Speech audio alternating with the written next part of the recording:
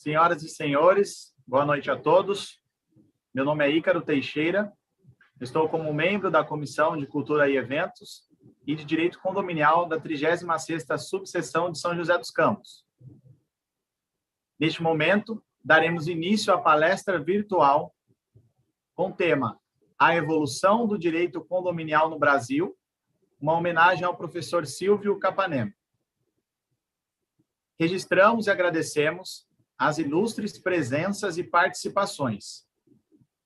Dr. Klaus Coelho Calegão, presidente da 36ª Subseção de São José dos Campos. Dr. Márcio Mendes, vice-presidente da 36ª Subseção de São José dos Campos. Dr. Eduardo Espinosa, secretário-geral da 36ª Subseção de São José dos Campos. Doutora Michele Alves, secretária adjunta da 36ª Subseção de São José dos Campos. Doutora Cristiane Ferrari, tesoureira da 36ª Subseção de São José dos Campos. Doutor Antônio Marcos da Silva, presidente da Comissão Especial de Direito Condominial do Conselho Federal. Doutora Marcela Gundim, presidente da Comissão de Direito Condominial da 36ª Subseção de São José dos Campos. Doutor Miguel Zain, palestrante deste evento. O doutor Klaus Coelho Calegão fará a abertura deste evento. Muito boa noite a todos, amigos, amigas, advogados, advogadas, cidadãos que nos acompanham pelo nosso canal da OAB São José dos Campos no YouTube, que acompanham o nosso conteúdo, nossas palestras. Sejam muito bem-vindos, é um prazer estar aqui com vocês novamente. Já convido a todos a que curtam aí a nossa palestra, que se inscrevam no nosso canal, para que possam acompanhar aí e ter informações do nosso conteúdo. Antes de darmos início à palestra, eu quero aqui agradecer essa mesa diretora, que muito nos honra estar aqui presente, prestigiando este evento. Quero começar aqui cumprimentando a minha diretoria aqui presente, Dr. Márcio Mendes, nosso vice-presidente, doutora Michele, nossa secretária-geral adjunta, doutora Cristiane Ferrari, nossa diretora tesoureira, doutor Eduardo Espinosa, nosso diretor secretário-geral. Muito obrigado pela presença, pelo prestígio de vocês e pelo empenho de vocês na realização dos nossos eventos. Quero cumprimentar aqui especialmente hoje doutora Marcela Gundim, nossa presidente da Comissão de Direito Condominial, grande destaque aí no direito condominial no nosso país, né? Podemos assim dizer, nas comissões aí estaduais, na comissão do Conselho Federal. Parabéns pelo trabalho, doutora Marcela. São José exportando aí grandes talentos, né, para o sistema ordem a nível nacional. Muito obrigado pela realização, pela ajuda, pela ideia, pela idealização deste evento, doutora Marcela. Fica aqui os meus parabéns e quero que leve os nossos parabéns, em nome da diretoria, a todos da comissão que participam e que participaram, né, dessa realização. Eu tenho certeza que muitos ali ajudaram, né? A gente não faz nada sozinho, então vai o nosso agradecimento aqui à equipe da comissão também. Quero agradecer aqui a nossa Comissão de Cultura e Eventos, hoje representada aqui pelo nosso amigo, doutor Ícaro, que faz o cerimonial, né? O doutor Felipe Alciprete, que nos acompanha, presidente da Comissão de Cultura e Eventos. Muito obrigado pelo apoio, aí pela estrutura. E, finalmente, né? Finalmente não, nós temos aqui um convidado especial também, né? Hoje, o doutor Antônio Marcos da Silva, presidente do Conselho Federal, presidente da Comissão Especial de Direito Condominial do Conselho Federal, hoje nos prestigiando aqui. Muito obrigado pela presença, doutor Antônio Marcos, muito nos honra aqui a sua presença na São José dos Campos virtual hoje, mostrando o prestígio aí da nossa comissão e da nossa subseção. Agradecer demais ao professor Miguel Zain, que aceitou o nosso convite, que está aqui hoje conosco para compartilhar o seu conhecimento, todo esse conteúdo e essa homenagem que faremos hoje aí ao professor Silvio Capanema, muito obrigado pela presença aqui em nome de São José dos Campos, dos advogados de São José dos Campos. Agradeço imensamente. Antes de darmos início aqui à nossa palestra propriamente dita, eu quero aproveitar aqui a presença, né, do Dr. Antônio Marcos, presidente de uma comissão no Conselho Federal. Peço que nos dê uma breve palavra, Dr. Antônio Marcos, antes da abertura da nossa palestra, aqui nos prestigiando. Dr. Antônio Marcos, por favor, está com a palavra.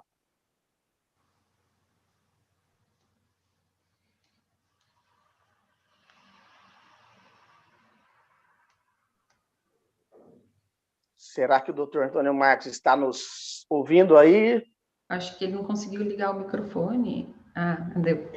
O microfone está desligado, doutor?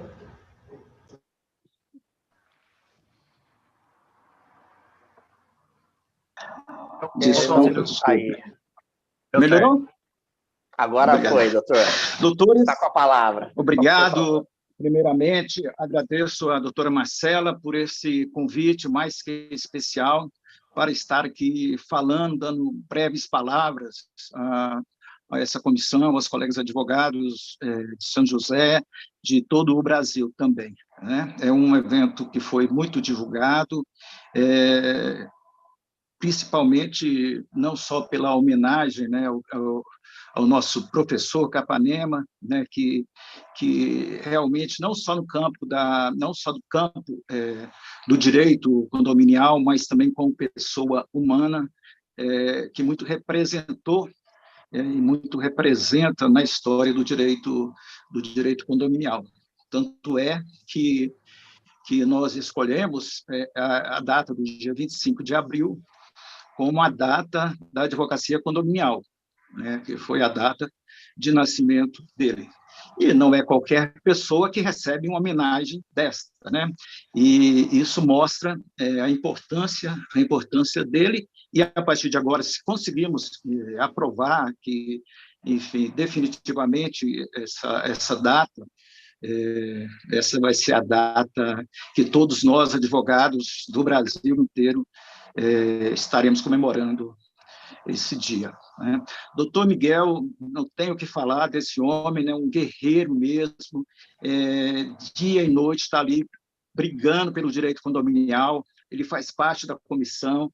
Se não fosse ele, a comissão não teria o sucesso que podemos dizer que tem. A doutora Marcela está aí, né? É uma membro, não sei como ela prefere falar, né, porque agora tem essa questão aí enfim, dos direitos da mulher, que mais do que justo, né, a questão de gênero, e isso, ela tem feito um ótimo trabalho, foi uma ótima aquisição da comissão, doutora, e a senhora sabe disso, eu já tive a oportunidade de falar disso para a senhora. Ela é muito guerreira, não é à toa que ela está participando ativamente de todas as reuniões e participando também das lives, e nós podemos verificar que essas lives sempre têm a presença de um colega a nível nacional e também os colegas das seccionais, né, do Brasil inteiro, né, os colegas aqui de Brasília também, né, e sempre um prazer aceitar o convite dessa mulher guerreira, né. E então é isso. Eu, com essas breves palavras, volto a palavra para o mestre Rony, para a doutora Marcela, para que nós possamos aí ouvir a palestra do grande professor Miguel Zain. Muito obrigado, doutor Antônio Marcos. Agradecemos imensamente o prestígio conosco aqui de São José dos Campos. Parabéns pelos trabalhos também realizados aí a nível nacional. Quero aqui também dedicar, né, uma breve palavra aos síndicos, gestores de condomínio e assessorias de condomínio que acompanham, né, o conteúdo aí de direito condominial, né, no nosso canal. Já temos muito conteúdo nesse sentido. Convido a acompanharem também, né, o nosso Instagram, o Instagram da Comissão de Direito Condominial, o nosso Facebook, onde a gente costuma colocar aí informações pertinentes a esse ramo do direito. Convido todos vocês aí a se inscreverem, a compartilharem e a participarem, né, desses canais, seguirem esses canais, para que vocês possam ter essa informação de qualidade que é desenvolvida pela OAB aqui de São José dos Campos, pela Comissão de Direito Condominial aqui de São José dos Campos. Antes de iniciarmos a palestra, então, do Dr. Miguel Zain, quero passar a palavra à doutora Marcela Gondim, nossa presidente, que, em nome da comissão aqui de São José dos Campos, nos dará uma breve palavra antes do início da palestra. Doutora Marcela Gondim, por favor. Obrigada, doutor Klaus, pela passar a palavra. Quero agradecer, primeiramente, aqui a todos os presentes nessa mesa virtual, né? Em nome do nosso presidente, doutor Klaus Calegão, faço cumprimentos aos demais membros da diretoria e também ao doutor Felipe, doutor Ícaro, da Comissão de Eventos, e Ícaro da Comissão também aqui de São José dos Campos. Eu vou agradecer a presença, o convite, doutor Miguel Zain, por estar aqui hoje palestrando para nós, um pouquinho mais a falar dele, e também ao doutor Antônio Marques por ter aceito o convite para participar dessa mesa virtual conosco. O presidente hoje, nosso presidente na Comissão Especial de Direito Condominial do Conselho Federal. Eu já dei uma olhada ali nos bastidores, eu brinco ali no bate-papo que tem do canal, né? E vi várias pessoas ali que hoje eu acabei fazendo um convite para vários colegas e quero agradecer em nome dos outros também presidentes, que estão também presidentes de Comissão de Direito Condominial, que eu já vi ali, o doutor Márcio Spímpolo, doutor Diego Bastos, doutor Orlando, doutor André Juliano, viu também o doutor Marcos Veloso, de Jacareí, viu o doutor Rubens, que é de Direito Imobiliário, que da nossa seccional também, presidente. Em nome deles, se eu esqueci alguém, me perdoe, eu agradeço aos demais presentes aí que estão nos assistindo. Também quero agradecer a doutora Ana Pretel, doutora Daniela Mota e também doutor Adriano Naves, que são membros comigo, e doutor Zain, lá na Comissão Especial de Direito Condominial da OAB Nacional. E em nome do Sou Luiz Cláudio, que eu sei que ele é síndico, e eu vi já vários outros síndicos ali, e é o último síndico que eu vi ali entrando, eu agradeço a presença de vários. Nós temos muitos síndicos ali, já vi administradores, já vi síndicos aí espalhados do resto do país, que estão aqui nos prestigiando. Se eu esqueci alguém, peço mil desculpas. O tema dessa palestra foi escolhido a dedo do Dr. Miguel Zain, que muitas vezes nós estamos em umas lives, tem pessoas que falam que ele é o nosso substituto aí, e é a pessoa que hoje eu conheço que mais divulga o direito condominial. É a pessoa que eu conheço que mais divulga o advogado condominialista. Então, ele é a pessoa que foi ideal para nós convidarmos para hoje homenagear nosso saudoso doutor professor Silvio Capamento, que infelizmente no ano passado o perdemos por causa da Covid, mas que este mês de abril, por comemorarmos, como o doutor Antônio Marques falou, comemorarmos o mês da advocacia condominial, que eu no Conselho Federal falo advocacia condominial, e escolhendo a data, o doutor Miguel foi uma das pessoas que mais lutou para ter o dia do advogado condominialista, e fizemos essa chamada para essa live, para essa palestra, e nada mais, a escolha foi o professor Miguel Zain, para poder ministrá-la e mostrar o que é o direito condominial, que muitos aí não conhecem a história, né?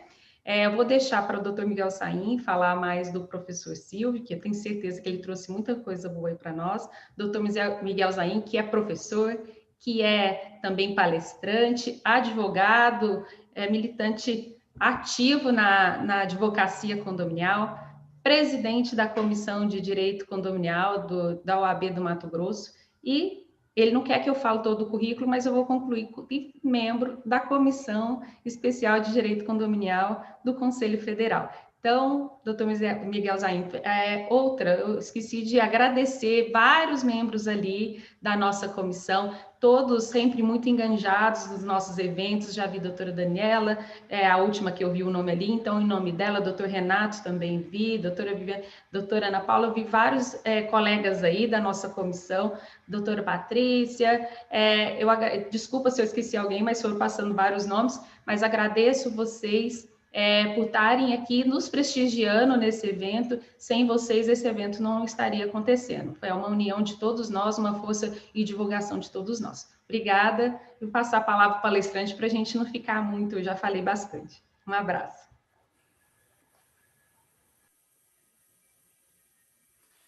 Senhores, muito boa noite.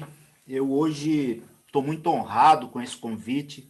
Eu recebi esse convite há um ano atrás para fazer essa palestra, uma palestra aí na seccional de São José dos Campos, presencial. Infelizmente, com essa pandemia aí mudou todo o percurso da coisa, mas hoje cá estou com essa responsabilidade grande, enorme, depois de ter passado aqui, de ter palestrado o Alexandre Marques, a quem eu julgo um excelente advogado, um dos melhores na área condominial do Brasil, Alexandre Franco também, excelente professor, meu queridíssimo amigo Márcio Espímpolo. Então, a minha responsabilidade hoje é enorme, de vir fazer, eu nem estou falando que eu vou fazer uma palestra nem aula, eu falei, vou fazer um bate-papo com vocês aí, né, para não chegar ao nível deles. Né, mas eu gostaria de, na pessoa do presidente Klaus, saudar toda a diretoria da seccional da OAB aí de São José dos Campos. Muito obrigado, presidente, pelo convite, pela honra de estar participando nessa seccional tão importante para o Brasil todo. Eu gostaria de saudar o meu presidente na comissão, no Conselho Federal, doutor Antônio Marcos, na pessoa do qual também eu gostaria de saudar todos os colegas nossos, presidentes de comissões e todos os colegas que compõem a comissão no Conselho Federal, que estão aqui nos prestigiando também.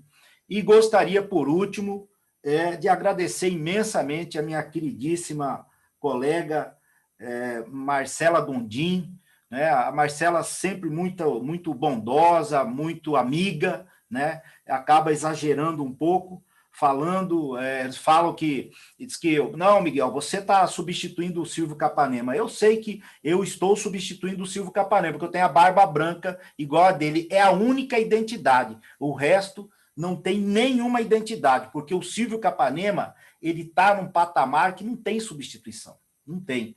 O professor Silvio Capanema foi a vida dele de competência, de humildade. Ele foi coautor aí da lei do inquilinato, foi um brilhante advogado, foi um brilhante magistrado e foi, sobretudo, um brilhante orador também. Quando o professor Silvio Capanema falava, obviamente, ofuscava qualquer um que viesse palestrar posterior, porque ele tinha o dom da oratória, conhecia muito e sempre com aquela humildade, né? Ele, nesses últimos anos, ele se dedicou a peregrinar pelo Brasil, a nos ajudar a divulgar o direito condominial, a mostrar esse grande nicho de mercado para o advogado, para todos, né? Para o advogado, para o corretor, para o próprio engenheiro, né? Toda edificação tem que ser feita a manutenção predial, tantas NBRs que nós temos aí, enfim, é uma área muito multidisciplinar. Então, o professor Silvio Capanema, ele nos ajudou imensamente, ele merece ser reconhecido. Nesse mês agora, do seu aniversário, agora dia 25, nós elegemos também o mês aí do advogado condominial. Aqui na cidade de Cuiabá tem uma lei municipal já falando que esse dia é o dia do advogado condominial ou condominialista, como queiram, né? Enfim, justamente para reconhecer esse profissional que está agora despontando para o mercado, né? O direito condominial ele vem junto com essa quarta revolução industrial, onde há a era do software, a era do compartilhamento, e nós, nesse momento, também estamos compartilhando também a multipropriedade, né? Então, o professor Silvio Capanema, ele sempre falava, nos dizeres deles, que definitivamente nós estamos ocupando a propriedade de forma diferente, e isso é verdade. Hoje nós estamos muito mais procurando os condomínios para viver, né? E isso está se tornando, sem dúvida, um grande nicho para os advogados. E para todos, né? Então, coube a mim, então, falar um pouco, a Marcela me pediu para eu falar sobre a evolução do direito condominial no Brasil. Aí eu falei, Marcela, eu vou falar um pouquinho, o direito condominial, eu acho muito importante. Eu não sei se hoje nas faculdades ainda tem aquela matéria de direito romano. Eu cheguei a estudar isso na faculdade. É fundamental o direito romano, você conhecer as instituições do direito romano, muito rico, né? Já que o nosso direito pátrio ele tem tudo a ver com o direito romano, né? Então, é importante aquele profissional da área ele conhecer um pouquinho da história daquele direito. Até porque, a partir do momento em que você passa a conhecer a história daquele nicho de mercado que você está vivendo, você passa a compreender muitas coisas que estão ocorrendo hoje, né? Então, eu convido vocês a fazer uma viagem, breve viagem comigo, sobre a história do direito condominial, né, que é uma história importante, né, passa pela história da humanidade, né? E eu convido, então, a gente a fazer essa digressão no tempo, aonde nós vamos, então, começar lá na antiguidade, na Grécia, né? Na Grécia, não, desculpa, na antiga Babilônia, tá? Na Babilônia, há 2000 anos antes de Cristo, né? Onde é o Instituto da Propriedade Horizontal, o que já havia se falado, se tratou em Roma, nós vamos ver daqui a pouco, a propriedade já era compartilhada, né? Essa propriedade, ela foi denominada na época de propriedade horizontal, né? Eu até aproveito essa oportunidade para falar um pouco dessa propriedade horizontal sobre o nome, né? Hoje há uma confusão no mercado sobre o condomínio vertical e o condomínio horizontal, né? Todo mundo pensa que o condomínio em loteamentos ou de casas é o condomínio horizontal. Não é. Todo tipo de condomínio é a propriedade horizontal. Ou você tem o condomínio em edifício, nos edifícios, no prédio, né? Ou você tem o condomínio, também a propriedade horizontal, em casas. Então, o palavreado correto, quando você for expressar nesse instituto, é o Instituto da Propriedade Horizontal. Então, aqui nós temos a cidade de Babilônia, 2000 anos antes de Cristo, né? Essa cidade hoje, para a gente se situar um pouco, ela fica no Oriente Médio, né? Hoje é um monumento histórico mais apropriado na cidade no país, no Iraque, né? É um patrimônio histórico protegido, né? Pelo Instituto Histórico daquela região, aonde demonstra, né? E se você chegar nesse local, você já vai ver que naquela época, né? E diga-se passagem, a Babilônia tinha cerca de 2 milhões de habitantes na época, né? Isso na antiguidade. Então, quer dizer, havia gente inteligente nessa época também e que estava a ocupar a propriedade de forma diferente, né? Se nós formos, então, agora também para o Antigo Egito, né? A mesma coisa também, isso tudo na antiguidade, a gente pode ver a forma que era utilizada também a propriedade, né? A propriedade era compartilhada também, isso também há 2000 anos antes de Cristo, né? E essa população no Egito, na época, era variante mais ou menos em torno de 1 a 8 milhões, isso em todo o Egito, né? E também, nessa época aqui, já havia também a forma do compartilhamento. Basta a gente ver as edificações como eram então. Na Grécia Antiga, né, também como se diz, outra incidência também da multipropriedade. Basta a gente ver as edificações do tempo, né, que vocês podem verem aí como se a gente pegar hoje, né, e o direito sempre ele vai se repetindo, hoje esse tipo de edificação é o que foi criado agora pelo REURB, que a gente pode chamar de condomínio urbano simples, onde muitas pessoas dividiam as suas casas também.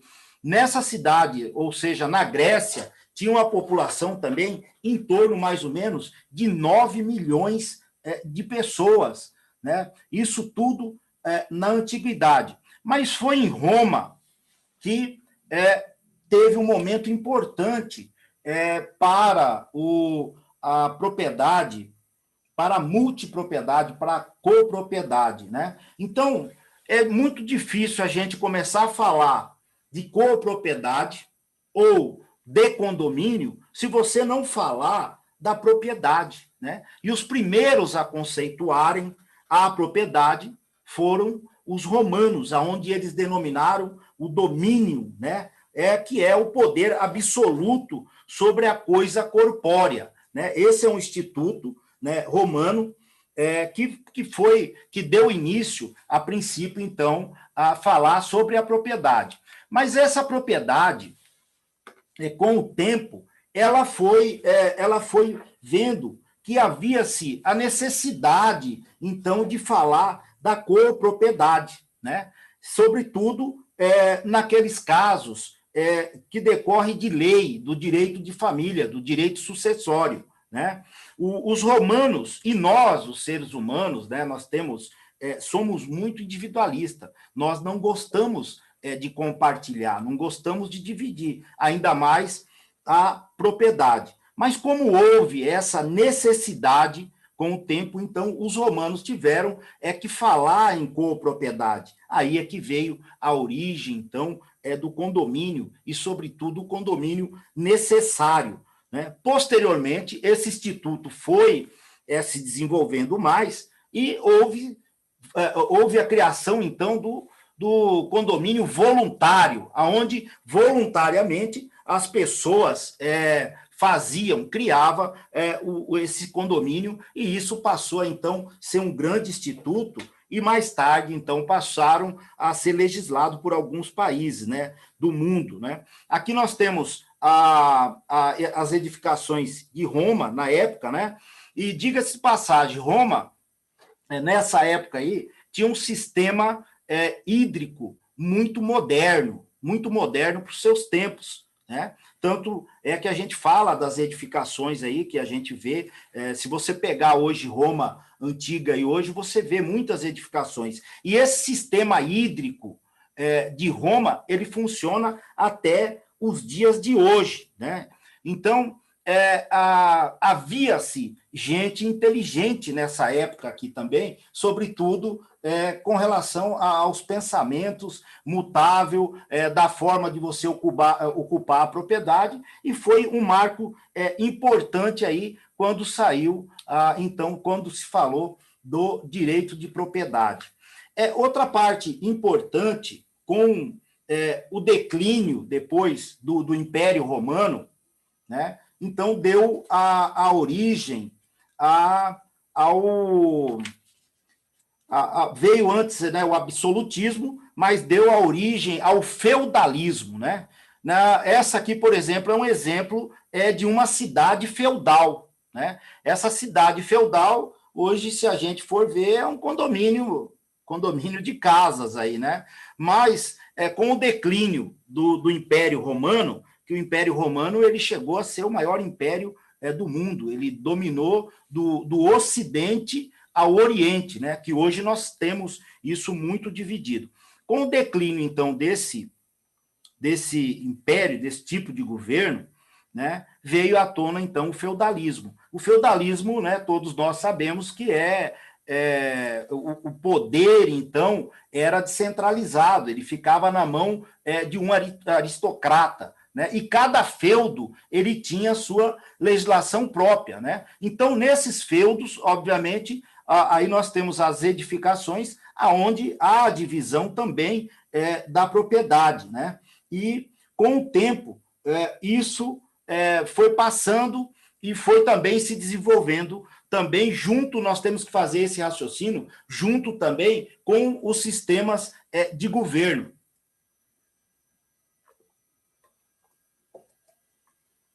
Quem falava muito nesse período do feudalismo foi Thomas Hobbes, né? Thomas Hobbes, ele falava até que o homem era o lobo do homem, né? Ele começou, então, a defender, na época, que esse sistema do feudalismo deveria ser mudado, deveria, então, vir outro sistema, e o homem ele deveria ter um poder central, aonde ele tinha que ter alguém que governasse para ele. Então, foi aí que deu a origem no absolutismo, né? O absolutismo era aquele regime onde ficava na mão do monarca, onde ele concentrava todos aqueles poderes, né? Todos na mão dele, né? E isso, com o tempo também, aí veio se desenvolvendo. Passamos, depois do absolutismo, teve aquele movimento interessante do absolutismo, que é o que veio o mercantilismo. Com o mercantilismo, né, sobretudo, os burgueses começaram, então, a se desenvolver, e isso criou muita celeuma, porque eles estavam pagando muitos impostos para o monarca, né? E por que eu estou falando isso, gente? Para fazer o raciocínio lógico, porque nós vamos chegar daqui a pouco, né, no liberalismo. E aí, esse liberalismo, nesse movimento do liberalismo, é a hora que nós vamos falar da propriedade, né? Então, com o absolutismo, né, veio o mercantilismo. Do mercantilismo, passou-se, então, né, a falar sobre o liberalismo. E essa ideia, sobretudo, foi difundida na época por John Locke, aonde ele falava que deveria esse poder do monarca, então, ser descentralizado, e que deveria ter uma revolução, sobretudo, com relação à forma de administração, aonde deveria se valorizar mais a democracia, o ser humano, né? E, sobretudo, também a propriedade privada. Foi nesse momento, então, que ele falou sobre a propriedade privada, que criou-se, então, aquela questão aonde a propriedade ela passou a ser totalmente absoluta. Ela é os mesmos requisitos de hoje, que ela é passível de ser usada, gozada, né, e de reaver de quem injustamente a detenha. E esse poder, nessa época, então, era totalmente absoluto. Você não poderia, de forma alguma, tomar ou se adonar daquela propriedade aonde aquele senhor tinha, aquele senhorio tinha sobre aquela coisa, né? Então, essa evolução, pessoal, é muito interessante para a gente chegar com relação à linha de raciocínio sobre a propriedade, já que nós estamos falando sobre a propriedade privada. Com essas ideias, né, com essas ideias liberais, né, passaram, então, a ser difundida, sobretudo, na Europa, né? E um dos primeiros países a legislar sobre a propriedade, então, a multipropriedade, a copropriedade, foi o Código Francês, foi a França, né? Posteriormente, passou, então, outros países da Europa a legislar sobre essa mesma matéria também, mas, sobretudo, sobre o viés dessa linha do liberalismo, né? Do absolutismo da propriedade ser uma propriedade absoluta, né? Mas, Posteriormente, nós tivemos um movimento chamado Iluminismo, aonde, na realidade, teve uma revolução, foi o chamado o século das luzes, aonde teve uma revolução intelectual, filosófica, em todo o pensamento. E junto com essa revolução, obviamente, falou-se sobre função social da propriedade, né? Então, foi onde começou a se falar novamente em função social da propriedade. Essa função social da propriedade, a origem disso aí, se deu, sobretudo, com Tomás de Aquino, São Tomás de Aquino e Santo Agostinho, que eram teólogos do cristianismo. Se a gente procurar hoje, na nossa doutrina jurídica, você não vai encontrar sobre a questão da função social da propriedade. Você vai achar isso sobre a parte católica, né? Mas os iluministas, né, cuja passagem, um dos mais precursores foi Montesquieu, que falou sobre a tripartidação dos poderes nesse momento do iluminismo, o Jean-Jacques Rousseau, que falou do contrato social, o Adam Smith também, outro iluminista importante. Então, passou-se a falar sobre a função social da propriedade, né?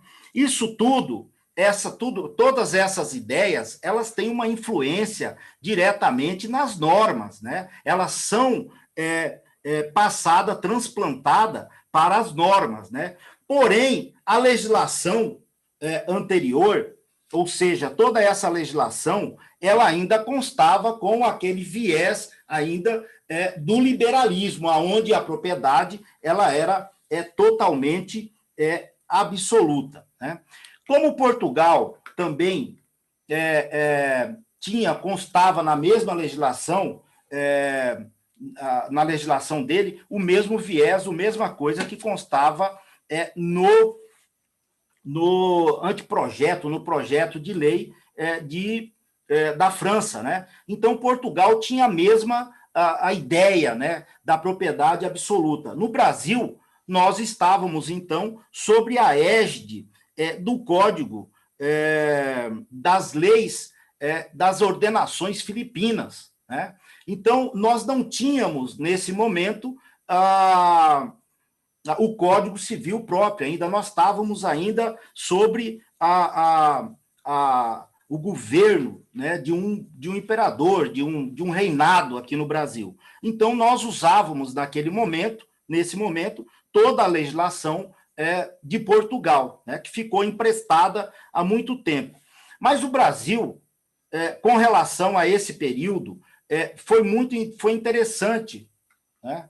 Foi interessante porque ele teve vários juristas importantes, inclusive é muito interessante aquele advogado ou quem está mexendo nessa área condominial saber um pouco da história de Teixeira de Freitas. Teixeira de Freitas foi o jurisconsulto do Império, foi um jurista baiano, mais um dos alunos da valorosa escola de Recife, né? Essa escola de Recife teve vários baluartes que se formaram lá. Teixeira de Freitas, ele foi o primeiro que fez o esboço do Código Civil brasileiro, na época, então, para o Império, né? Mas, posteriormente, veio a República. Com a República, mesmo assim, ainda ficou um tempo a República utilizando as ordenações filipinas, né? E, com o passar dos anos, né, é bom até a gente falar que esse esboço anteprojeto de Teixeira de Freitas, né, hoje ele foi utilizado no Código de 1916, por Clóvis Bevilacqua. No Código Paraguaio, o esboço total de Teixeira de Freitas, o Código Civil Paraguaio. O Código Civil Uruguaio também é o Código de Teixeira de Freitas, né, no Chile e, sobretudo, na Argentina. Hoje você chega, por exemplo, se você falar com qualquer argentino, ele sabe quem foi Teixeira de Freitas. Então, Teixeira de Freitas, um Augusto Teixeira de Freitas, né, era um baiano que se formou na escola de Recife, né? Mas, posteriormente, teve o encargo, então, pela República, de se elaborar, então, um Código Civil tupiniquim, um Código Civil brasileiro. Aí foi, então, dado essa incumbência para o nosso Clóvis Bevilacqua. O Clóvis Bevilacqua, um cearense, também oriundo da escola de Recife, né, um jurista exemplar que dispensa comentários, né? Inclusive, uma particularidade, ele era chamado o filho do padre. O pai dele era o padre Bevilacqua. Ele era um padre italiano que ele era eu não lembro agora aqui a cidade, né? A cidade lá no Ceará, mas ele era o padre da cidade e tinha uma relação, ele tinha uma família. Então, para a família não ficar lá e para atrapalhar, entre aspas, né, os negócios dele, o que aconteceu? Mandou os filhos estudarem fora, né? E saiu esse belíssimo jurista. Isso aqui eu só estou comentando porque é uma particularidade do Clóvis Bevilacqua, mas o Clóvis Bevilacqua, então, foi quem encabeçou esse Código Civil de 1916, tá? Então, esse código, obviamente, ele teve todo um cunho liberal, era um código liberal, do liberalismo, um código que falava-se muito ou não falava quase nada de função social da propriedade, e um código onde ele falava muito da propriedade privada como sendo absoluta. Então, nós temos, pessoal, que marcar ver esses momentos até para a gente poder ter o conhecimento hoje, né? Então, foi um código importante, mas ele não tratou nada sobre o condomínio especial ou o condomínio edilício, como fala o Código Civil brasileiro hoje, né? Mas, com o passar do tempo, com essas revoluções de ideias do iluminismo, isso trouxeram muitas coisas, inclusive trouxeram aí duas grandes guerras mundiais, e que nós todos sabemos, não precisamos falar dessas guerras mundiais, mas essas guerras foram causadas tudo por questão de ideias e ideologias, muito causados por essas ideias iluministas, aonde as pessoas brigaram muito na Primeira Guerra, na Segunda Guerra, e nós tivemos várias revoluções nesse período. Em 1928, em plena Segunda Revolução Industrial, aonde estava havendo aquele fenômeno do êxodo rural, as pessoas estavam vindo muito mais para a cidade, porque nós estávamos tendo a industrialização, muitas indústrias estavam vindo e estavam se formando, então estava tendo esse êxodo, e isso houve uma necessidade, com essa revolução industrial, de fazer melhor o uso e ocupação do solo. Foi então que saiu o famoso decreto, o decreto 5.481 de 1928, né? Esse decreto, ele falava sobretudo sobre os aglomerados urbanos, né? E é interessante a gente falar que nesse período também foi o período 1928, depois 1930, foi o período que ascendeu, então, ao poder o nosso ilustríssimo presidente Getúlio Vargas, aonde entrou muito mais, falou, então, começou a falar mais da parte social, né? E nós que somos advogados sabemos da grande criação das leis trabalhistas aí que foi implementada. Então, ele foi um dos que lutou muito por essa categoria, e nós tivemos as nossas leis trabalhistas. Essas leis trabalhistas que nós temos hoje, muito saudadas por e muito criticadas por outros, né? Deixo a reflexão para os senhores aí, para falar sobre isso aí, tá? Para raciocinar sobre isso aí. Com relação mas foi passando o tempo, né? E esse decreto de 1928, ele não estava dando conta do desenvolvimento. E nesse período, né, muitos incorporadores se aproveitavam, então, da boa-fé das pessoas, né?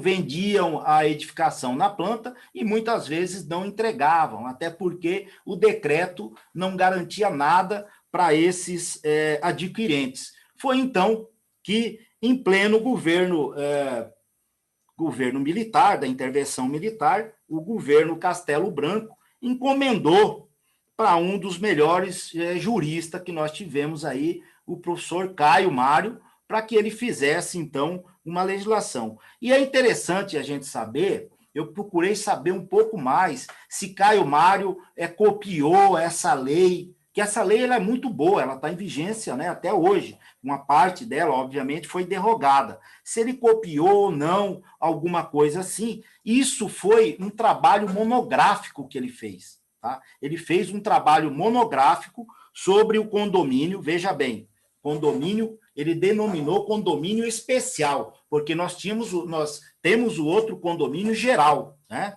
O outro condomínio, aquele necessário, voluntário, e nós temos, então, o condomínio especial, aonde ele criou, então, esse anteprojeto de lei e falou, sobretudo, também sobre a parte da incorporação imobiliária. E aí é que nós temos, né, aquele artigo 32, onde exige-se que para a comercialização dessas unidades em condomínio, que seja, então, registrado, né? E nesse artigo 32, lá está a minuta da incorporação imobiliária, tá? Então, isso é uma passagem, uma evolução já dentro do Brasil, aonde nós tivemos essa lei. Eu penso que essa lei é maravilhosa, muito boa.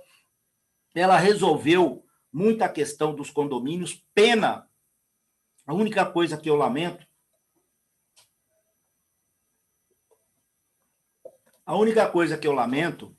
é de não terem divulgado mais essa lei, né? Hoje eu penso que nós temos muitos conflitos em condomínio por puro desconhecimento da lei. A lei é excelente, inclusive no artigo 32 ela fala que quando o construtor vai iniciar a incorporação imobiliária, ele tem que fazer o registro da incorporação imobiliária e junto com o registro da incorporação imobiliária, ele tem que registrar a minuta da convenção. Então, o que o legislador quis fazer com isso? Dar segurança jurídica.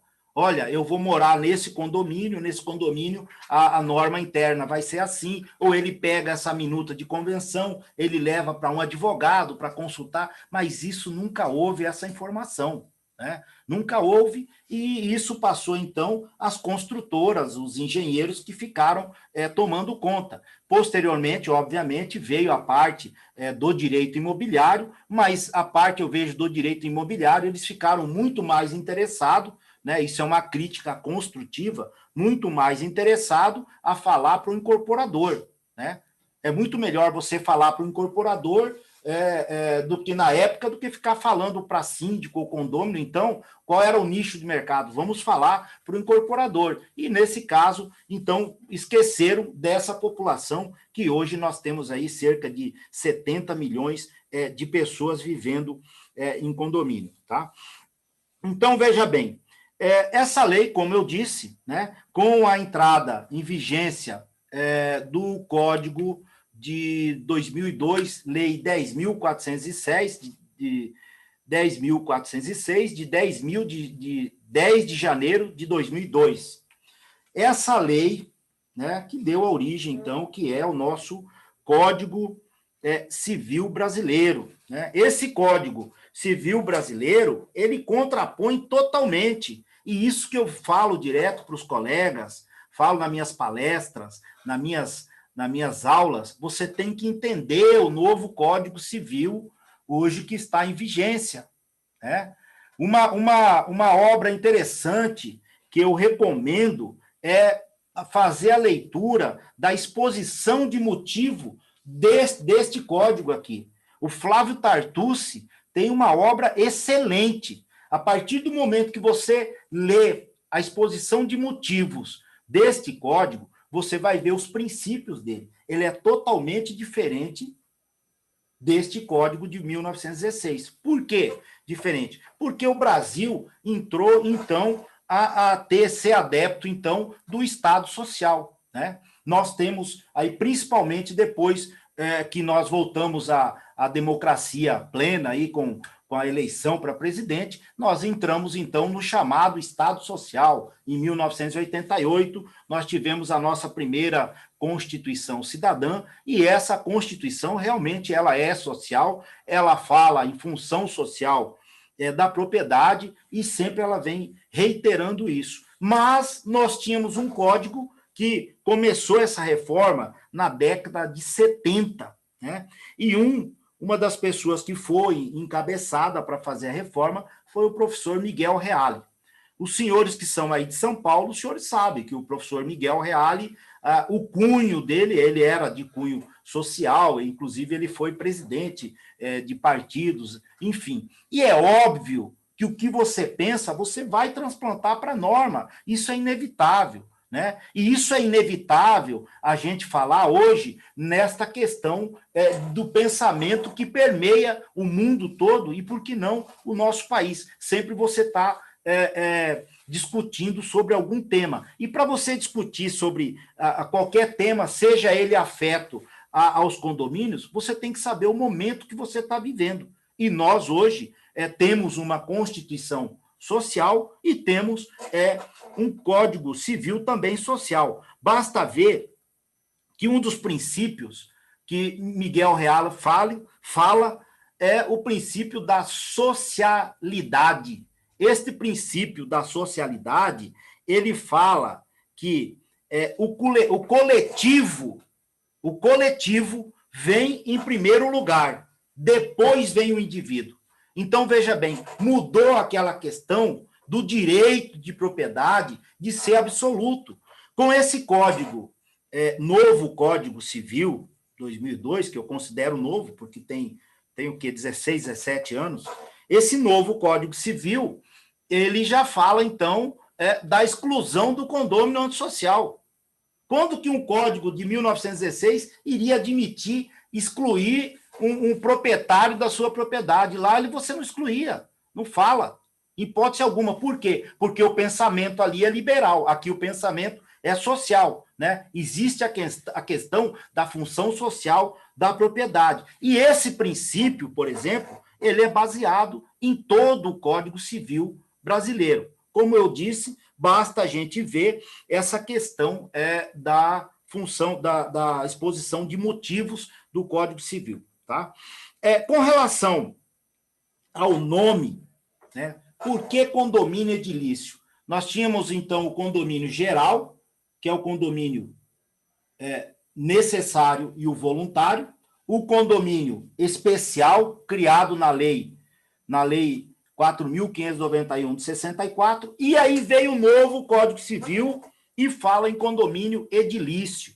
Já vi algumas pessoas falando, não, é edilício, é edifício, é porque tem edifício. Não tem nada a ver com isso. A questão de condomínio edilício, essa terminologia, inclusive os capítulos do Código Civil, quando ele estava em reforma, né, foi dividido. Obrigações, por exemplo, Orlando Gomes, né, condomínios, estava com o professor Carlos Alberto Dubos Maluf e outros juristas mais. Essa terminologia desse nome, houve um questionamento, né? Mas a maioria aceitou ele. Mas eles falam que essa terminologia ela é um alienígena, ele não tem nada a ver com condomínio. O que quer dizer edilício? Edilício é uma expressão italiana, né? E diga-se de passagem, esse Código Civil nosso aqui, ele é praticamente uma réplica do Código Civil alemão,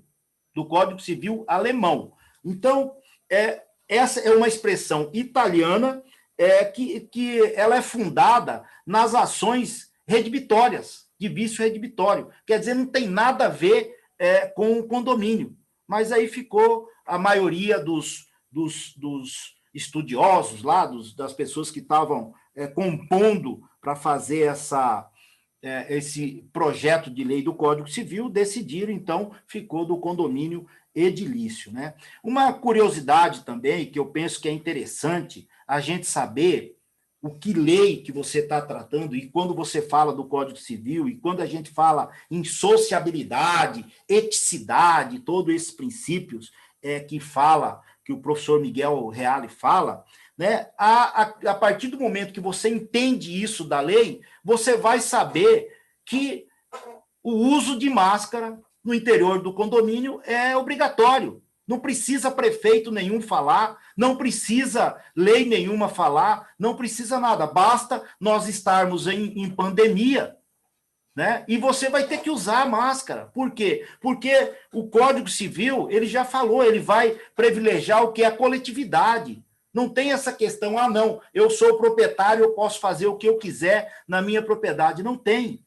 Hoje, com esse novo Código Civil brasileiro, e como pensa o judiciário nosso, dentro desse princípio da socialidade, da sociabilidade, do Estado social, é óbvio que você vai ser obrigado a fazer o uso da máscara, sim, né? É importante a gente falar também, né, com relação agora ao novo direito novo direito condominial que vem nascendo. Até então, as pessoas ficam muito ligadas na parte do condomínio, onde fala do artigo 1331, né, ao artigo 1358. Né? É óbvio que tem outros tipos de condomínio, e o direito condominial, já agora, Marcela, entrando propriamente dito, o que vem de novo aí do direito condominial, nós temos sim um direito condominial novo, né? Que foi criado agora pela Lei de Regularização Fundiária, a Lei 13.465 de 2017. Essa lei, ela trouxe um novo direito condominial. Obviamente, você vai usar, e tudo é usado com base na lei do condomínio edilício, ou seja, na parte do capítulo de que trata o condomínio edilício, né? Essa lei do REURB, que ela teve uma função social excepcional, ela veio para regulamentar alguns condomínios que já existiam, né, e que não tinham, o Estado estava devendo para essas pessoas, ela veio para regulamentar, mas ela trouxe também um grande nicho de mercado. Como, por exemplo, né, condomínio de lotes, né, o direito real de laje, condomínio urbano simples e o loteamento com controle de acesso. E, por último, em 2018, tivemos também a lei da multipropriedade,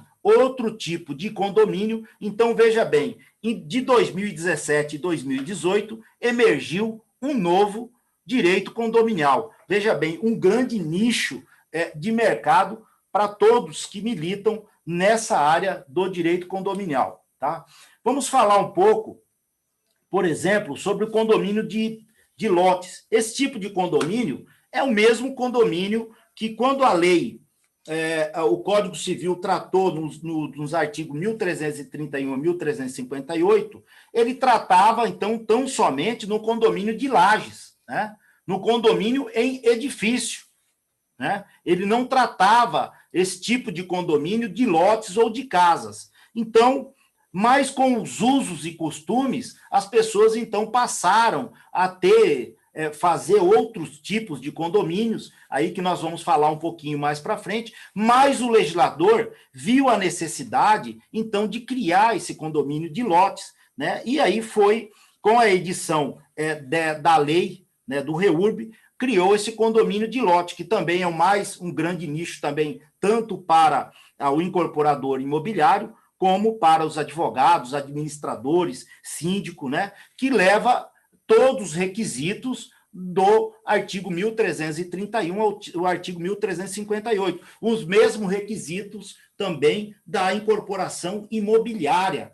Tem que se ter uma convenção, um regimento interno, obviamente, tem alguns regramentos que são diferentes, né? Outro tipo de condomínio que foi criado aqui também, o condomínio no direito real de laje. Esse tipo de condomínio, ele fez uma alteração direta no Código Civil brasileiro, né? O direito real de laje, ele veio, obviamente, para regularizar essas pessoas que moram, as pessoas carentes que moram em favelas, né? Não é difícil em qualquer cidade do Brasil você andar e ter essas pessoas. Muitas vezes, nós sabemos que uma determinada família ou o pai mora na laje de baixo, mas o irmão mora em cima e o outro irmão mora na parte de cima. Isso veio para teve uma função social, essa lei, para regulamentar para esse tipo de pessoas, para individualizar. Então, agora, cada laje dessa pode ter um número de matrícula, né? E pode regularizar, a pessoa vai ter o seu endereço e a sua luz, a sua água individualizada também. Mas veja bem, pessoal, olha o nicho de mercado aqui. Eu coloquei na foto de cima ali, ó, essas pessoas que muitas vezes têm um terreno de 450 metros, 300 metros, e querem construir kitnets, querem vender kitnets. Então, você não precisa fazer a incorporação imobiliária. Você pode fazer um direito real de laje. Você pode pegar, falar para o teu cliente, ó, tem um negócio legal aí, você pode fazer um direito real de laje. E esse direito real de laje, ele é regulamentado pelo município. Parece-me que aí em São Paulo, você pode construir prédio sobre a égide do direito real de laje, eu não sei se é de até 4 andares ou 6 andares, aí no município de São Paulo, né? Em Balneário Camboriú, por exemplo, os construtores já viram, e é muito mais barato você construir dessa forma, porque você foge da incorporação imobiliária, você foge da Lei 4.591 de 64, você fazer dessa forma sobre direito real de laje. Então, lá em Balneário Camboriú, eles colocaram que você pode construir até 8 lajes. E esse é um tipo de condomínio. Obviamente, ele não vai precisar ter uma convenção, porque ele não é uma incorporação imobiliária, mas na lei ele fala, se os senhores der uma lida, a partir do artigo 1510 do Código Civil Brasileiro, 1510A, está lá tudo regulamentado. Vai ter que ter um administrador, vai ter a figura de um síndico, tem um regimento interno que pode ser feito por um instrumento particular. Então, veja bem, há uma regulamentação e é um nicho de mercado também para o advogado condominial, é um nicho de mercado para o construtor e para todas essas pessoas que estão nesse mercado. Outro tipo de condomínio. Aqui agora o condomínio urbano simples também. O condomínio urbano simples também ele veio para regulamentar também essa questão de muitas pessoas que têm um terreno pequeno, 200, 300 metros, 400 metros, não sei, e construía essas casas germinadas, né? E aí o que ocorria?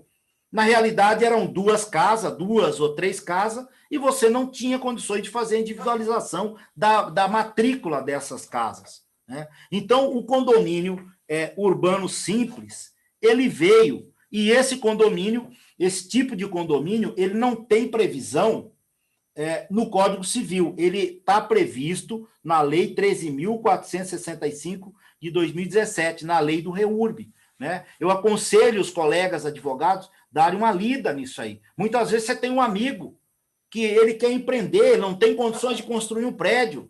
Aí você orienta, você assessora ele. Por que você não constrói, então, 3 casas germinadas? Vamos fazer um condomínio urbano simples. Pode ser feito. Ah, mas eu só tenho um terreno, como que vai ficar a matrícula? Não, faça o projeto bonitinho, faça o memorial descritivo, individualiza cada unidade. Ah, mas e se tiver uma piscina lá no fundo? Não, você pode regulamentar sobre isso, você pode ter um regimento interno do uso dessa multipropriedade, né? Então, você pode fazer 3, 4 casas junto, que é um tipo de condomínio, que é um nicho também para o advogado, para o construtor, e você pode chegar no cartorário e falar, ó, eu quero registrar com base no condomínio urbano simples. Se o tabelião não souber a lei, leva a lei para ele, leva a lei 13.465 e mostra para ele. É possível fazer isso aí, né? Agora, tem muitos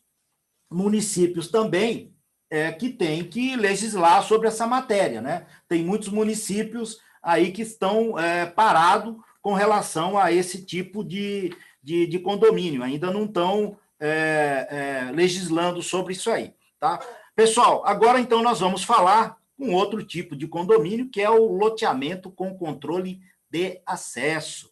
Isso é uma celeuma, né, para o pessoal. Esse tipo de loteamento, como nós não tínhamos lei, né, as pessoas começavam, então, a fazer o loteamento e pegava a concessão no município, a autorização do município, muitas vezes até tinha lei municipal, alguns municípios têm lei municipal, acredito que aí em São José deve ter, né, Marcela? Também essa lei para esses condomínios com controle de acesso. Então, veja bem, existe a lei municipal, onde havia concessão de você fechar, mas essas ruas, aí são ruas públicas, não são privadas. Então, por isso que vem o loteamento, porque ele nasce com base na Lei 6.766 de 79, que é a lei de parcelamento do solo. Você não vai achar isso no Código Civil, você vai ter que olhar a lei de parcelamento do solo, né? Então, você nasce esse tipo de condomínio, onde você pede a concessão de uso, né? E a prefeitura, muitas vezes,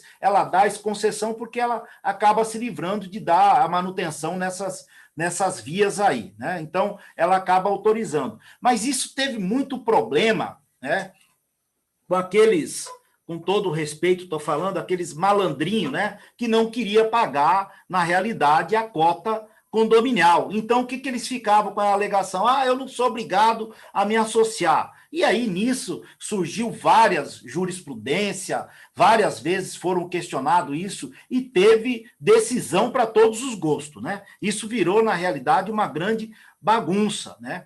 E teve uma liminar famosa do ministro Marco Aurélio, aonde ele deu uma liminar num recurso que foi parar lá no STF, falando que não era para pagar. Isso deu uma confusão que ninguém mais queria pagar e acabou tendo um problema.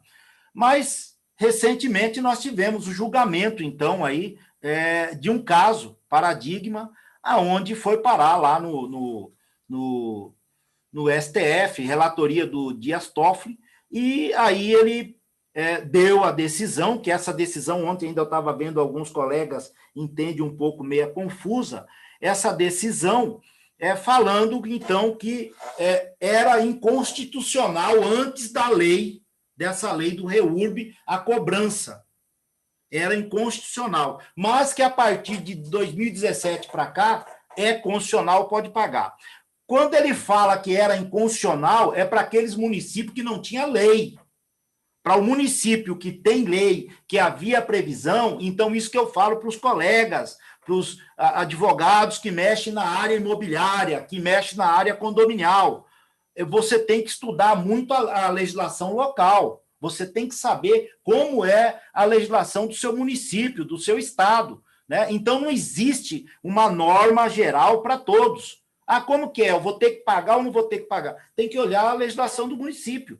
Se havia uma legislação no município da concessão, do fechamento, aonde aquela associação iria ficar responsável pela manutenção e quem estava ali, havia previsão nos contratos que ia ter que pagar o rateio, essas pessoas vão ter que pagar. Não há o que se falar inconstitucionalidade com relação a essa cobrança. Agora, se você está no município que não tem legislação para isso, que não houve a concessão e que aleatoriamente estão criando uma associação que nem aquelas ruas de bairros que alguém resolve fechar e começa a querer cobrar das pessoas. Aí, dessa forma, é inconstitucional. Tá? Então, pessoal, esse é o novo direito condominial, né, que vem emergindo agora, que é muito polêmico, né, mas muito salutar, muito bom, um nicho excepcional para o advogado, né? E agora, 2018,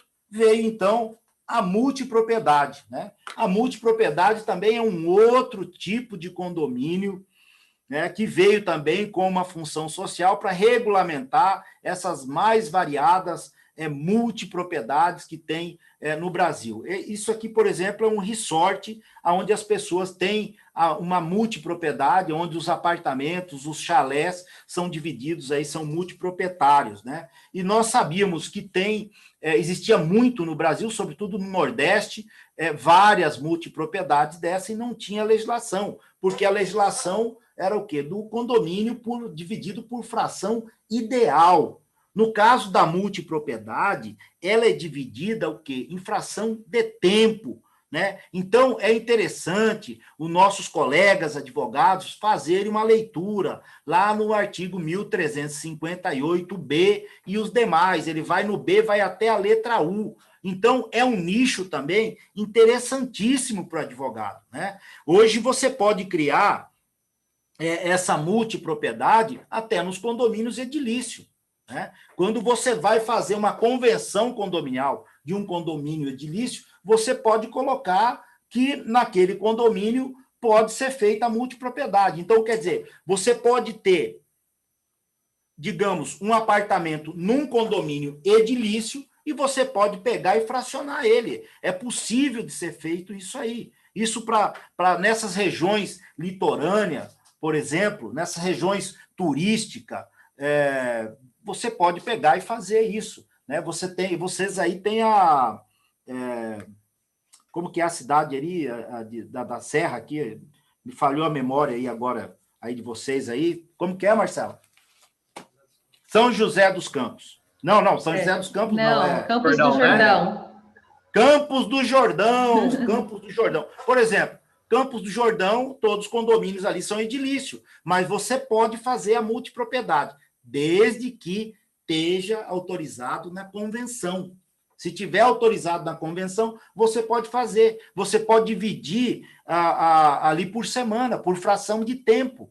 Muitas vezes você não tem o dinheiro para comprar um apartamento lá em Florianópolis, por exemplo, né? Mas você tem o dinheiro para comprar uma fração de tempo. Você vai ser proprietário, né? Então, é muito interessante. E esse condomínio ele tem umas particularidades que ele não se extingue. A partir do momento que você instituir o condomínio por fração de tempo, ele, mesmo que amanhã depois uma pessoa só adquire todas as frações, ele continua. Você não tem como extinguir esse condomínio, né? É feita a instituição do condomínio normal, tem convenção, tem regimento interno, enfim, tem um administrador. Então, isso nós precisamos alertar os nossos colegas advogados para essa parte, esse nicho de mercado, para quem quiser empreender também nessa parte do direito condominial, tá? Então, pessoal, esse é o nosso direito condominial, onde nós fizemos um pouco uma viagem. Aí eu tive que entrar um pouquinho na história, falar um pouquinho desde a origem do direito de propriedade. Eu sei que às vezes é maçante, às vezes a gente tem que ficar falando de cidades feudais, você falar de absolutismo, aí você vir falando de liberalismo. Eu tenho que falar do liberalismo, né? Hoje, por exemplo, nós estamos aqui nesse país no momento de guerra, nós estamos em guerra. A guerra hoje que nós vivemos aqui é guerra de ideia. São guerras de ideia liberal com ideia social. Se você tirar a paixão do lado e ver o que as pessoas estão falando, é essa ideia. Eu vou te dar um exemplo. Esse código aqui é um código totalmente, como eu disse, de cunho social. Está aqui os princípios dele, né? E todos os governos que antecederam o governo atual, o Bolsonaro que está aí, eram governos de cunho social. Então, obviamente, eles colocaram essa ideia aqui. O que o Bolsonaro fez? Primeiro ato que ele fez, ele implementou a Lei da Liberdade Econômica. Dão uma lida no artigo 421 do Código Civil. O que ele fala no artigo 421? Que o Estado interverá minimamente nas relações entre os particulares. O que ele quis dizer com isso? Eu vou botar minha ideia liberal aqui.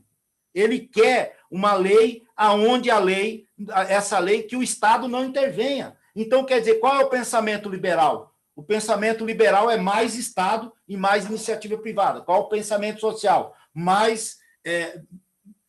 eu confundi. Pensamento liberal, menos Estado, né, nas relações entre particular. Já no social, mais Estado. Então, é essa guerra de ideias que nós vivemos. Então, para o operador de direito, é interessante você saber qual é o espírito da lei, o que está pensando a jurisprudência. Tivemos agora mesmo, recentemente, uma decisão com relação ao Airbnb.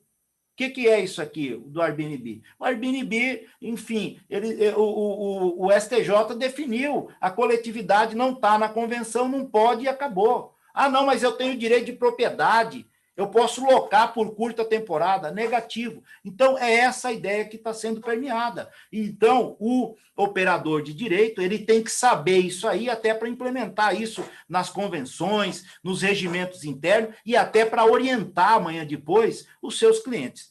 Bom, Marcela, o que eu tinha para falar era essa viagem, aí espero ter correspondido. A gente tive que falar um pouco correndo para não me alongar muito, né, sobre essa reflexão aí, sobre essa pequena história aqui do direito condominial. O direito condominial ele vai muito mais além do que do artigo 1331 ao 1358, tem vários outros tipos de condomínio, e vem mais aí. Daqui uns dias nós temos o co-living.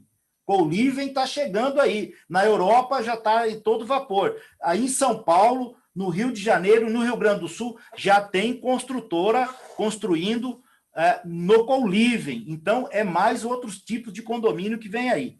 E, por final, eu gostaria de fazer, então, Marcela, uma homenagem ao mestre Silvio Capanema, onde nós vamos passar um pedaço, tá, de uma fala dele, que eu gostaria de deixar como mensagem para todos os advogados, para todos os colegas, para que empunhamos essa bandeira do direito condominial e que levamos à frente esse grande direito, esse grande nicho de mercado, que é o direito condominial para a advocacia.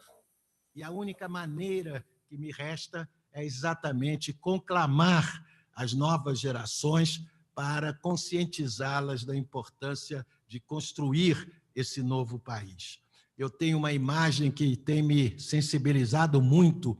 Muitos de vocês já devem ter visto filmes que retratam batalhas medievais ou visto quadros de pintores famosos com batalhas medievais. Como é que eram as guerras?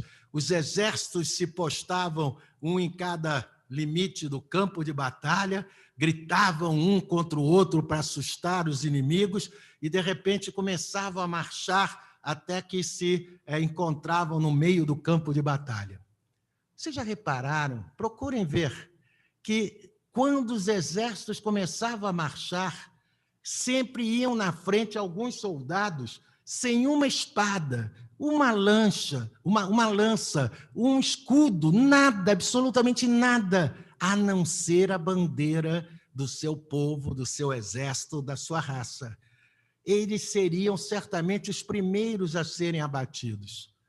Mas eles sabiam que muito mais importante que a espada era a bandeira, que obviamente não era um pedaço de pano tremulando no mastro, mas era o símbolo da dignidade daquele povo, né, dos ideais daquela raça, e era preciso mantê-la de pé. O seu compromisso era, quando sentiam que iam ser abatidos, o seu compromisso era passar a bandeira para o que vinha atrás ou fincá-la fortemente no solo para que ela não caísse. Eles tinham um nome, chamavam os palafraneiros, eram os encarregados de conduzir a bandeira. Eu acho que eu sou hoje, acabei sendo um palafraneiro. Só me resta hoje, meus amigos, e o Miguel me permitiu manter essa função, carregar a bandeira dos meus ideais, a bandeira dos meus sonhos, que me fizeram formar-me em direito em 1960. E por isso eu digo que a idade dos advogados não se mede cronologicamente, e sim pela sua capacidade de manter intactos os seus ideais, a sua paixão pela justiça e pelo direito. Eu estou ainda tentando levar a bandeira, mas, meus amigos, elas pesam. A idade é perversa. Eu sinto que elas já estão bem mais pesadas. E eu venho a Mato Grosso, Miguel, a seu chamado, e como eu fiquei honrado por isso, trazendo essa bandeira. E ao ver esse auditório lotado o dia todo, ao ver esse apelo respondido de maneira tão positiva por uma parte tão saudável da sociedade de Mato Grosso, eu saio rejuvenescido, porque as minhas esperanças permanecem de pé. A vocês eu poderei entregar as minhas bandeiras. Eu tenho certeza que vocês não as deixarão cair. E a última mensagem literária é de um dos meus poetas prediletos, o negro Cruz e Souza, o poeta do Desterro. Desterro era o nome da ilha de Santa Catarina, no século XIX. Cruz e Souza, que tinha tudo para ser um homem violento, um homem detestando a sociedade em que vivia. Era negro, pobre, vivendo em Santa Catarina, no século XIX, uma terra de arianos que devia fazer grandes discriminações a ele pela raça. Mas, ao contrário, foi talvez o maior poeta simbolista brasileiro e romântico, e escreveu um soneto que eu gostaria, cujo último terceto eu gostaria de ver gravado na minha sepultura. Cruz e Souza disse: entre raios, pedradas e metralhas, ele ficou gemendo, mas continuou sonhando. Essa é a mensagem que eu deixo com vocês. Nós hoje sofremos raios, pedradas e metralhas da crise econômica, da discriminação, da corrupção, da injustiça social. Nós estamos caindo muitas vezes, ralando os nossos joelhos, sentimos a vontade de desistir, mas um seminário como esse, Miguel, esse faz com que a gente se levante, que fique gemendo, mas que continue sonhando. E é com a tinta dos nossos sonhos e a argamassa dos nossos ideais que vocês e nós construiremos o Brasil com que eu sonhei desde que me formei, mas, infelizmente, não tive tempo de acabar de construir. Sejam vocês corajosos e felizes na vida que lhes resta, e quebrando a tradição. Não sou eu que vim aqui a merecer aplausos. Me permitam, e não faço isso por mera gentileza, nem para lhes parecer simpático. Vou quebrar a tradição. Se alguém, ao final desse seminário, merece aplausos, não somos nós, Gabi. Não somos nós, a Nada e todos os que aqui falaram. Os que merecem aplausos são rigorosamente vocês.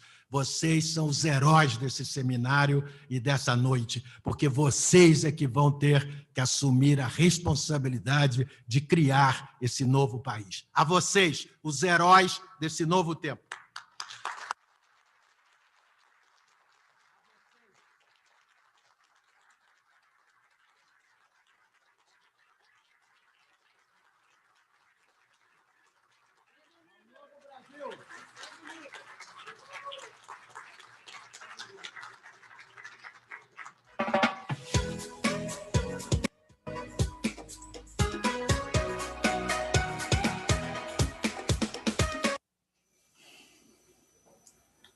Bom, Marcela, essa foi a nossa... Desculpe aí o vídeo talvez um pouquinho longo, mas isso foi a nossa homenagem a esse queridíssimo mestre, esse grande baluarte para nós aí do direito imobiliário e, sobretudo, o nosso palafraneiro do direito condominial. Né? Ele teve uma função social exemplar, ele nos ajudou e nos deixou uma missão. Né? E eu gostaria, aqui por último, ao Eduardo, ao Ícaro e ao Márcio, falar um pouquinho da Marcela, que ela vem fazendo um destaque a nível nacional da Comissão, sim, de Direito Condominial, da seccional aí da cidade de São José dos Campos, com grande maestria, grandes palestrantes, enfim, ela vem se destacando também a nível nacional, uma colega queridíssima. Mais uma vez eu quero agradecer pelo convite,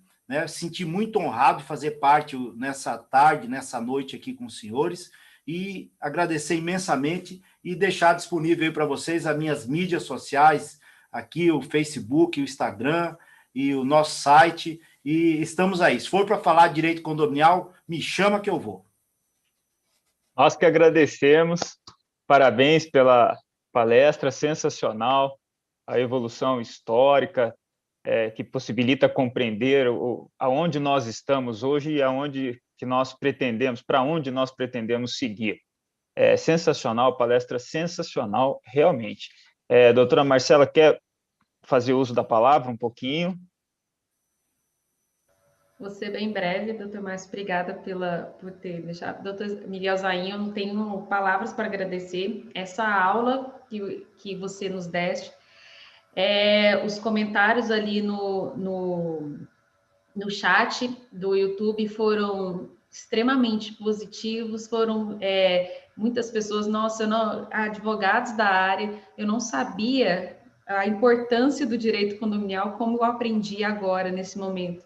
Então, a aula que você trouxe, que você nos deu hoje, vem só a engrandecer mais ainda o advogado condominial, e parabéns por essa luta que você travou e que muito nos honra, que é a defesa do advogado, sempre a defesa do advogado, sempre a defesa do advogado condominial. Hoje, a aula que você nos deu hoje veio mostrar o quanto hoje eu me sinto orgulhosa e falar, eu sou uma advogada condominialista. Obrigada mesmo, gratidão. Fiquei emocionada, não conheci o professor Silvio Capamena, mas fiquei muito emocionada porque nós temos um grupo de presidentes de comissão de direito condominial e ali a maioria dos colegas tiveram um contato com ele. E quando ele esteve cometido pela Covid, né, que ele pegou todos ali acompanhando muito de perto e trazendo notícias, mas assistindo esse pedacinho dessa palestra que ele fez no Congresso de Direito Condominial no Mato Grosso, nós percebemos como o direito perdeu uma pessoa importantíssima, como o direito condominial perdeu uma referência, uma pessoa que que todos ali falavam humilde, parceiro, e que sempre estava à disposição de qualquer pessoa. Era o doutor Silvio, ele era um dos nossos palestrantes para o Congresso de Direito Condominial, que a OAB de São José dos Campos, Jacareí e Taubaté estava planejando, mas infelizmente por alguns motivos não aconteceu, e logo em seguida veio a pandemia, e não tivemos a honra de tê-lo aqui conosco, mas vem aí o Zain e trouxe para a gente essa brilhante palestra. Gratidão. Obrigada, doutor Márcio Mendes, doutor Eduardo Espinosa, doutor Antônio Marques por fazer parte dessa nossa mesa e doutor Ico pelos trabalhos. Boa noite para todos e obrigada a todos que nos assistiram, que nós tivemos aí um público assíduo do início ao fim, né? Obrigado você, doutora Marcela. Gostaria de render as nossas homenagens aqui e agradecer a dedicação com que você tem tocado a Comissão de Direito Condominial aqui da Subseção de São José dos Campos. A gente fica realmente muito orgulhoso.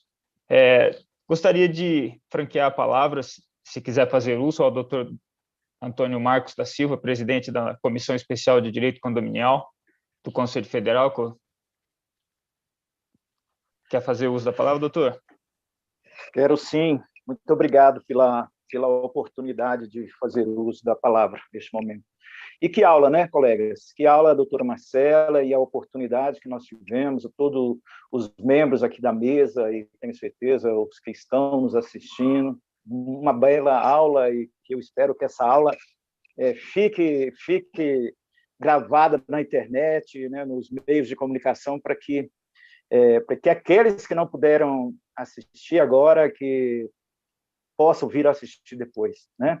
E a fala do doutor Miguel, que vem lá de trás, nós temos todo esse histórico, né, do direito condominial, até chegar aos nossos dias, e assim, que riqueza, né? Riqueza tanto de história e riqueza tanto do momento que nós estamos vivendo, né? Principalmente a partir do Covid, né? E tem todas